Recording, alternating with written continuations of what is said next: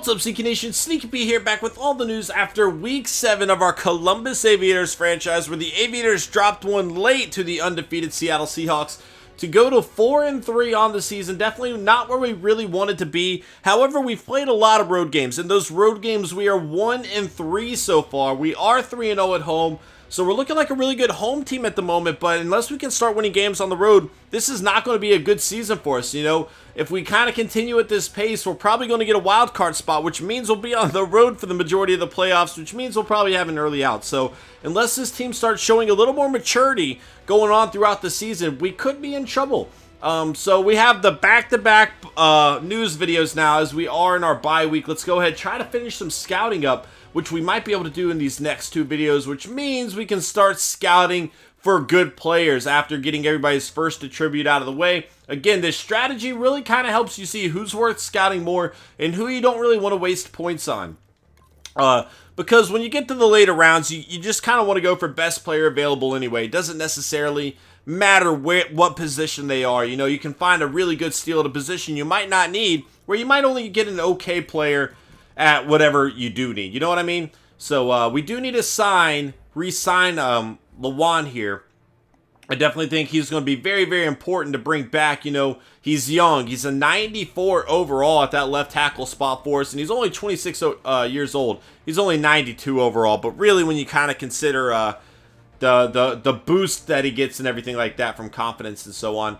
So he's looking for $92 million over 6 years. That is a whopper of a contract. Now, we do have a decent number of available funds, as well as a decent-sized cap room. Again, this is our franchise left tackle. You know, this guy's going to take us into till he's 32, 6 years. I mean, a left tackle can still perform at that age. And if we can go ahead and lock him down, I definitely think that'd be very, very good for our team moving forward. So let's try to do that. But my goodness. What a deal. I didn't realize left tackles were getting this much. I mean, I'm sure they are, but it's just foreign to me, man. I don't pay attention to the contracts all that much when it comes to left tackles and so on. Whew. That is a whopper of a deal, dude. That is a whopper of a deal. But again, you know, for our left tackle, I think it's important. This guy has a high motor, which is good. His run block is 91. His strength is 90. You know, when we can increase his awareness, he's going to be even better. And, you know, we don't have the best running back, but our running game is pretty solid, and he is a big reason why. So, as much money as that is, oh gosh, that is such a big deal. I wonder if I just could do, well, if I did $4 million, I'd have to, or 4 years, I'd have to offer him even more per year. Oh. See if I can lower that a little bit. Oh man, that's a big one, dude. I hope this guy's worth it, man. I hope this guy's worth it. And he accepted it, so I'm glad we have him. I know what he brings. Look at that. He just skyrocketed to a 99 overall because I guess his morale or confidence, I don't know. Wow, that's quite a jump there, good sir. It only says 94 here, but either way. You know, he's the anchor of our line. He's, you know, having him, Warford, and Warmack on that left side together, they just kill it for us. And, you know, we got the rookie Roberts coming up. And Jake Long we might replace at some point in time. But overall, offensive line is incredibly important for me. And I really like what everybody's bringing to the table at the moment. So we're just going to continue to roll forward with it. Let's go ahead and check out injuries, see what we got over here. So we get Dre Kirkpatrick next week. Might be a good thing, might be a very good thing, you know. I love Prince Amukamara. He's been okay in coverage, but that last game, giving up that big play, man, that gave us a loss, you know. Sankey's out for 3 more weeks, so we're going to be without, what, 2 more games without him, I guess? So what we might do today is, well, one, let's look at our division. We're still in the lead here, which is good. I mean, the other teams have had some bye weeks going on. Where are the Saints? Okay, the Saints are 4-2 at the moment. So they picked up a loss there. That's good, good. All right, so let's go ahead and check out, I guess, stats. What we'll do this week is we'll look at the... Should I look at the... Let's see. Aaron Rodgers, 36 of 44, 338 yards, 3 passing touchdowns for him. Below 14 tackles, 1 fumble forced, 1 fumble recovered. Lofton with 15 tackles, an interception, and a fumble forced. And Ben Roethlisberger, 35 of 60. That is a ton of passes, 498 yards, 4 passing touchdowns for him. Now, can I check out the... Oh, wait, no, I cannot check out the yearly awards. Okay, that's what I was going to decide. So what we're going to do here is we're going to look at the NFL stats across the board, and then next week we'll look at all the yearly awards and stuff like that. So here we go. Yards, Marcus Mariota leading the way. Stafford right behind him. Aaron Rodgers not too far behind either. Phillip Rivers and Ralph on the list. Ralph is killing it right now. Andy Dalton, Cam Newton, Drew Brees, Tannehill, Matt Ryan. Let's see where the rookies are at. Okay, there's our first rookie, Josh Broussard here for the Cowboys. Almost 1,700 yards, 11 touchdowns, 8 interceptions for him. Cooper Griffin, a second-year guy, 10 touchdowns, 10 interceptions. Nate Keller, a rookie for the Patriots, 11 touchdowns, 9 interceptions. Any other rookies here? Where's Kaepernick? There's Kaepernick. Okay, because I saw that Geno is the quarterback for the 49ers. Why is this game trying to make me cry? Actually, Geno's not doing bad. He's doing better than Kaepernick. 9 touchdowns, 4 interceptions. Kaepernick's 8-8. Max Austin, the second-year pro for the Bears here, 12 touchdowns, only 1 interception.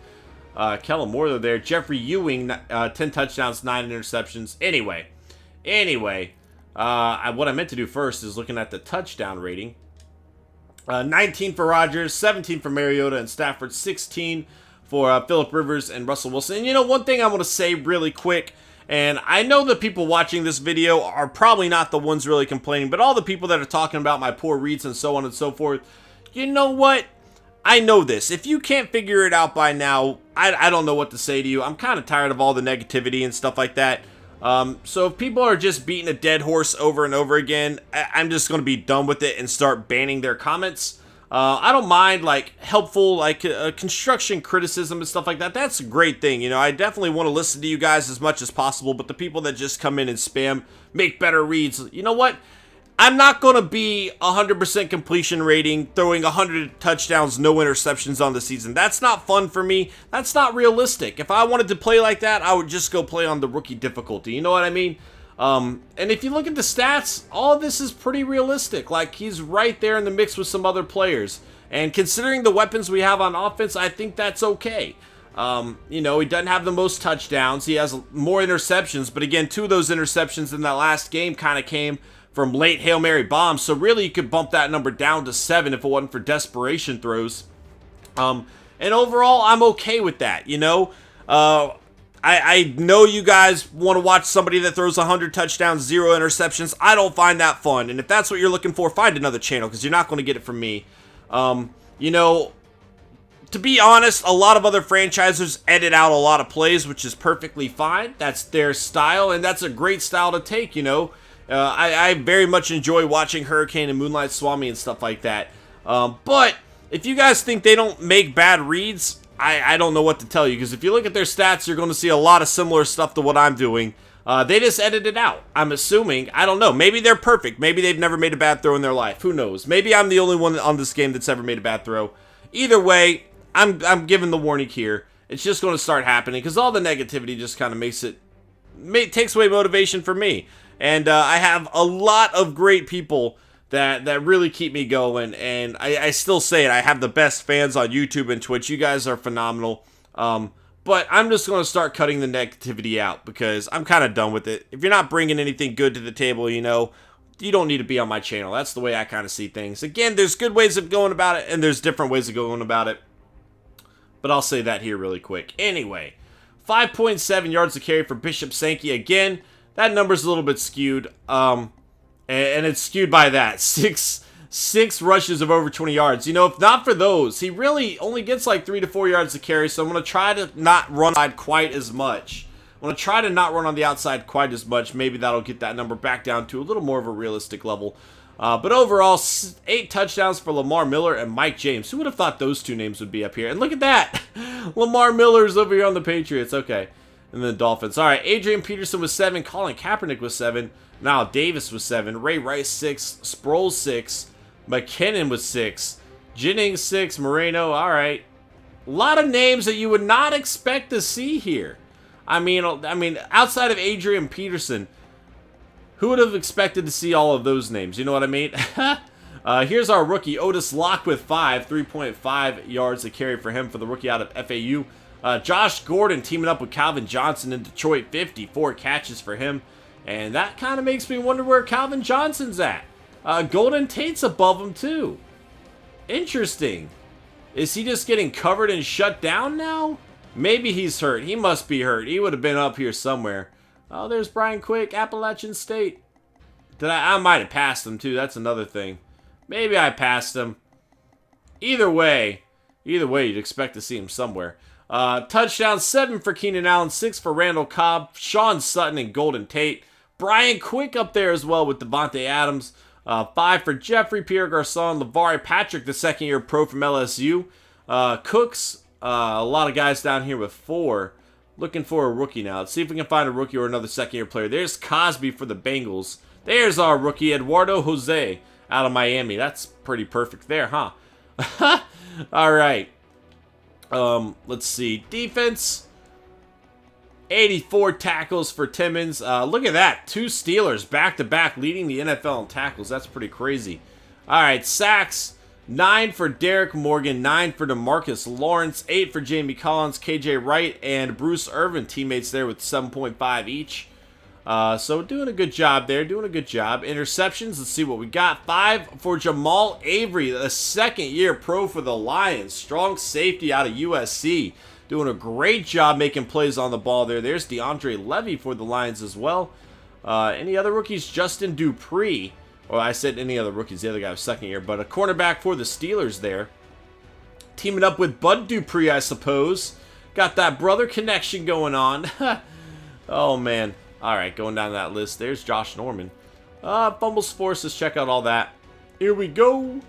But yeah, sorry guys, I just wanted to say that because it's something that's been irritating me a little bit. If you guys haven't noticed by my comments, you know, there's good ways of going about saying things, and then there's just ways that I don't really appreciate, and I'm just kind of trying to get rid of the ways I don't really appreciate anymore.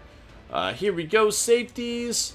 Brandon Graham, Cameron Hayward, and McPhee here. Touchdowns. Let's see what we got. A lot of guys here with 1. And nobody's going to have more than 1. Not a lot of guys, I guess. Not so many. All right, let's go check out some kicks really quick. And, yeah, we need to bump down the kicking. One thing I've been kind of happy with, I'm not going to lie, is the fact that our kickers really, I mean, there's just way too high percentages right now. Outside of Blair Walsh there and Jonathan Price. Oh, I guess some of them are okay.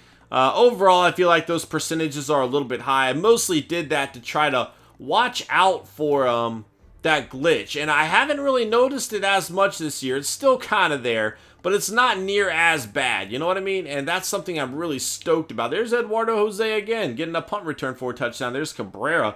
All rookies there, man. Look at that. Look at the rookie connection, and then the second-year guy, Javon Locke, who we are familiar with. All right, so let's go ahead, and I guess we'll mess that. I know people say they want the tackling slider up a little bit. Which we can do that as well. I don't think it's been that bad, but if you guys want it, again, I do want to listen to you guys. I don't want you guys to think what I said earlier has anything to do with me not wanting to listen. I swear to you I do. There's just different ways of going about things, and I'm kind of tired of a certain way. So let's do this. We'll move that up 7 by each. People have said they want my catching up a little bit. I don't want to skew it too much, but I will move it up to 50, and I'll move up theirs up to 50 as well.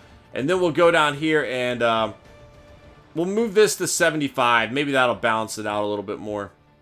Mostly, I was just kind of tired of that kick. So if that's not an issue, we should be okay. So guys, that is going to be it for this episode. I hope you enjoyed. If you did, smash that like button. We have another news video coming up next because we got that bye week. We'll go through all the yearly awards then, and I will see you guys there. Later.